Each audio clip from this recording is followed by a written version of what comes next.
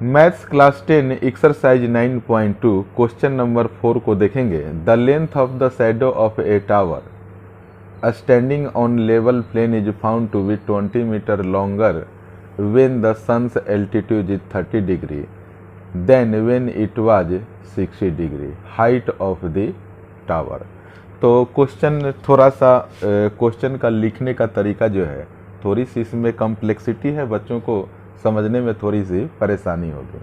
मान लीजिए कि यहाँ सन है,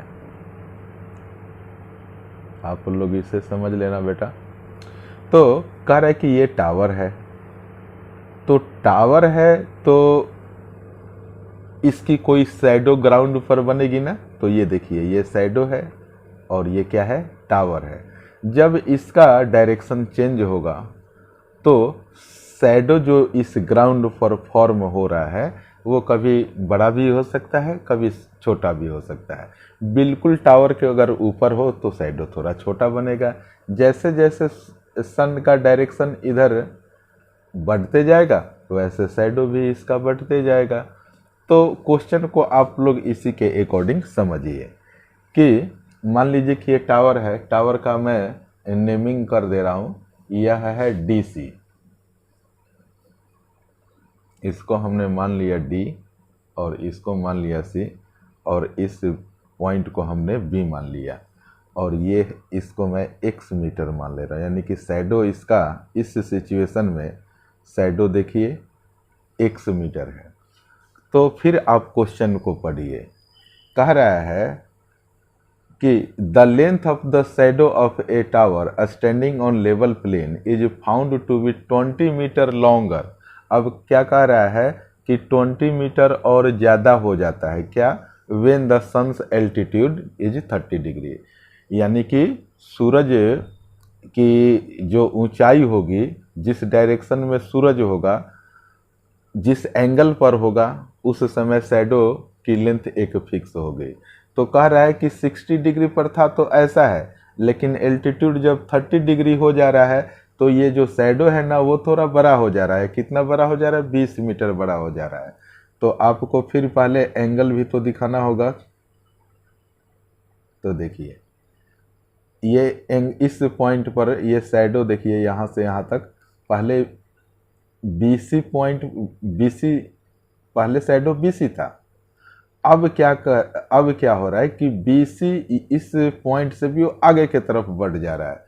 तो आप इसको भी लिख दीजिए, 20 मीटर मोर हो गया ना, तो यहाँ पर 20 मीटर ज़्यादा हमें आपको दिखाना पड़ेगा। तो यहाँ पर जो एंगल है वो 30 डिग्री फॉर्म हो रहा है, इस चीज़ को भी आप समझ लीजिए। इस पॉइंट का नेमिंग मैंने A कर दिया। थोड़ा सा पेज को मैं ऊपर करता हूँ। अब तो फिगर बन गया, अब हमें इसको कैलकुलेट करना है। तो फाइनली करना क्या है, इस क्वेश्चन में कह रहा है कि हाइट ऑफ द टावर। तो ये जो हाइट है ना,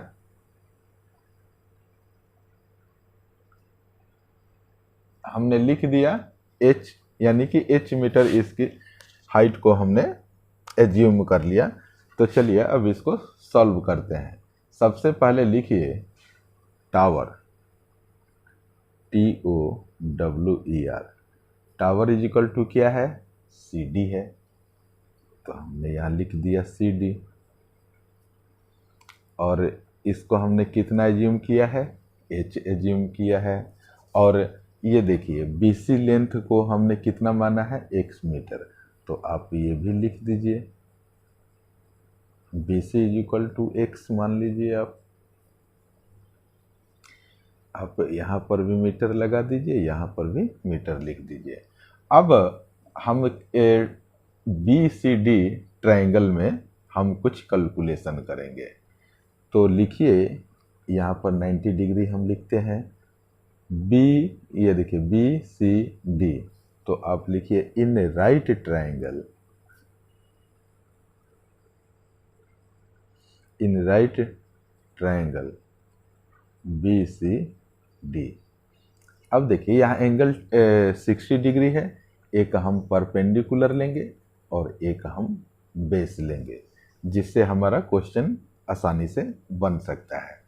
तो आप लोग जानते हैं कि tan theta is equal to perpendicular upon base होता है। या आप इसका अपोजिट कॉट थीटा भी ले सकते हैं, बेस अपॉन परपेंडिकुलर होता है, क्योंकि हमें दो तो साइड चाहिए, एक परपेंडिकुलर एक बेस। या आप चाहें कि ना जी मैं तो बेस और परपेंडिकुलर लूँगा, तो आप कॉट थीटा लिख सकते हैं, कोई फर्क नहीं पड़ेगा। तो चलिए हमने लिया tan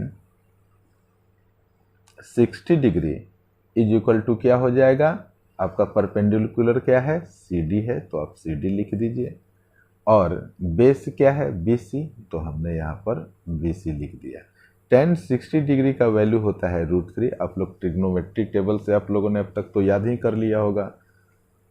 और देखिए CD क्या है, H है, तो हमने H लिख दिया, और BC क्या है, X, तो हमने X लिख दिया। अब इसको हम क्रॉस मल्टीप्लिकेशन करेंगे। क्रॉस मल्टीप्लिकेशन जब हम करेंगे तो क्या हो जाएगा, √3 में x से मल्टीप्लाई करेंगे तो √3x हो जाएगा, और h में 1 से मल्टीप्लाई करेंगे तो h आ जाएगा। अब एक छोटी सी बात है और बहुत ही इम्पोर्टेंट है, उसे बच्चों को समझाना बहुत ही ज़रूरी है। एक ट्रिक समझ लीजिए आप, यहाँ पर √3x is equal to h आ गया, तो क्या मैं ऐसा ही रहने दूँ, h का वैल्यू तो निकल के आ ही रहा है, यहाँ पर देखिए CD is equal to h। तो और क्वेश्चन भी कह रहा है कि हाइट ऑफ द टावर निकालिए, लेकिन ऐसा हम बिल्कुल नहीं करेंगे। हम यहाँ पर h की वैल्यू को नहीं निकालेंगे, हम x की वैल्यू को निकालेंगे। ऐसा क्यों, मैं अभी बता रहा हूँ। वो √3 और x मल्टीप्लाई में है, तो ये √3 को हम क्या करेंगे, इक्वल के राइट में लेकर जाएंगे, तो ये हो जाएगा h अपॉन √3। तो इस इक्वेशन को हम फर्स्ट इक्वेशन मान लेते हैं। हमने x इज इक्वल टू क्यों निकाला, h is equal to √3x तो था ही। इससे क्या फायदा होगा कि हम पूरे ट्रायंगल में जब फिर कैलकुलेशन करेंगे तो वहां पर x का वैल्यू हम पुट करेंगे, x वेरिएबल है, उसकी वैल्यू को जब हम पुट करेंगे तो तब ना मेरा h का वैल्यू आ जाएगा, यानी कि टावर की हाइट आ जाएगी। इसलिए हमने ऐसा लिखा। तो आप लोग इस छोटे छोटे बातों को खूब समझना, तभी मज़ा आएगा जब आप क्वेश्चन को सॉल्व करेंगे। चलिए अब हम क्या करें, एक ट्रायंगल का तो हमने कैलकुलेशन कर दिया। अब ये बड़ी वाली जो ट्रायंगल है ACD, इसमें आप कैलकुलेशन कीजिए और x की वैल्यू को रख दीजिए, h का वैल्यू आ जाएगा। इस तरीके से आपका क्वेश्चन भी सॉल्व हो जाएगा। तो लिखिए, इन राइट ट्रायंगल ACD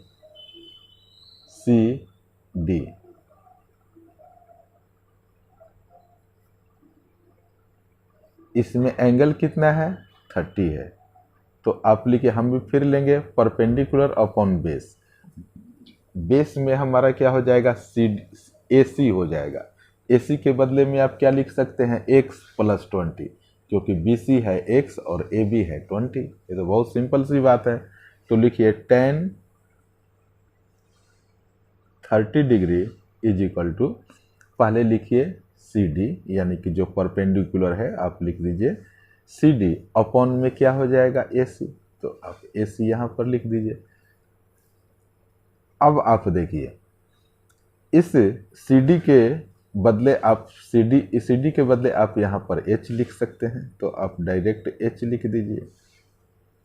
और अपॉन में AC के बदले आप क्या लिख सकते हैं, तो AC के बदले आप लिख सकते हैं AB + BC, क्योंकि पूरी AC की लेंथ है तो AB + BC के बराबर होगी ना, तो आप लिख दीजिए AB + BC।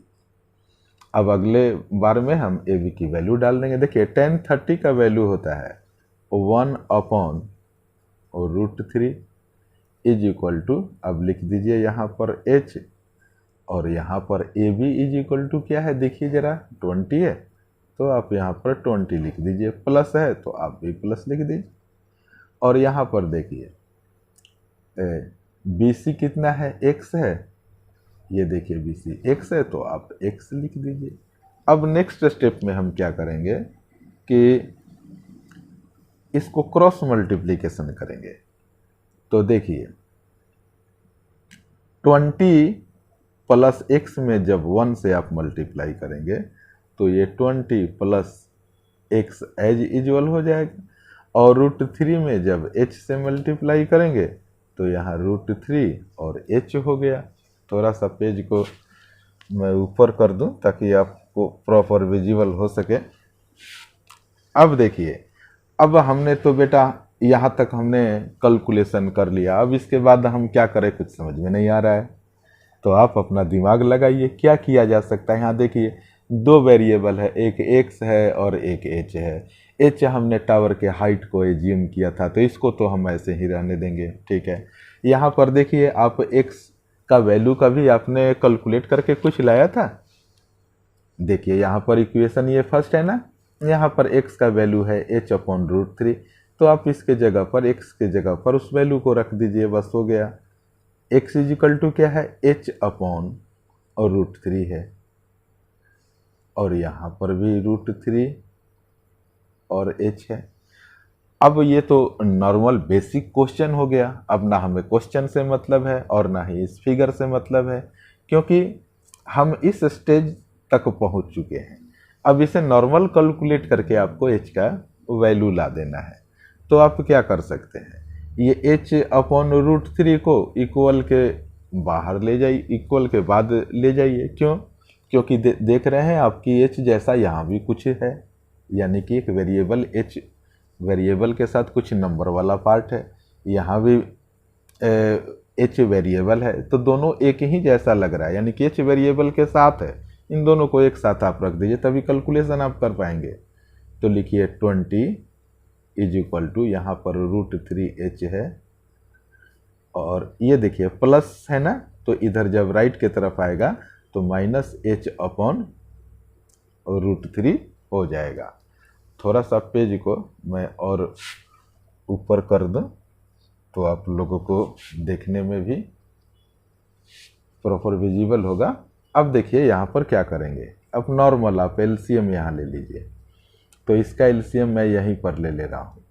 √3 और 1 का एलसीएम क्या होगा, √3 ही होगा। 1 से √3 में जब आप डिवाइड करेंगे तो √3 आएगा, और √3 में इस √3 से मल्टीप्लाई करेंगे तो 3h आ जाएगा। √3 से इस √3 में मल्टीप्लाई करेंगे 1 आएगा। 1 में h से आप √3 को इस √3 से डिवाइड करेंगे तो 1 आएगा, और 1 से इस h में मल्टीप्लाई करेंगे तो h ही आएगा, ठीक है। अब देखिए पहले 20 को यहाँ लिख दीजिए, उसके बाद इक्वल टू लिख दीजिए। 3h में से h को आप सब्ट्रैक्ट करेंगे तो 2h आ जाएगा, और अपॉन में क्या होगा, और √3 हो जाएगा। यहाँ पर 1 लिख सकते हैं।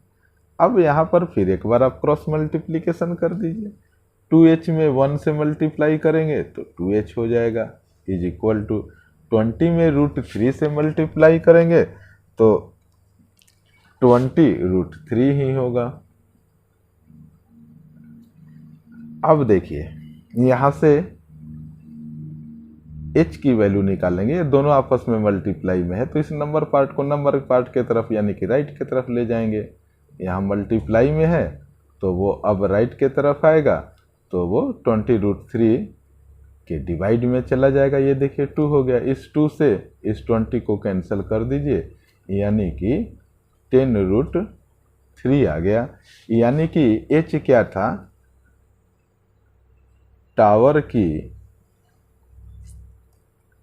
टावर्स हाइट,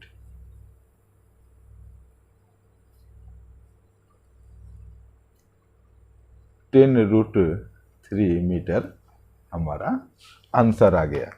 तो अब मैं समझता हूँ कि आप सभी बच्चों को बहुत बढ़िया से समझ में आ गया होगा। आप लोग इसे 1-2 बार देखकर आप प्रैक्टिस कीजिए, कंसेप्ट बिल्कुल क्लियर हो जाएगा। अगर आपको मेरा वीडियो अच्छा लगा होगा तो आप अपने दोस्तों में शेयर कीजिए और मुझे भी मोटिवेट करते रहिए। Thank you so much for watching this video.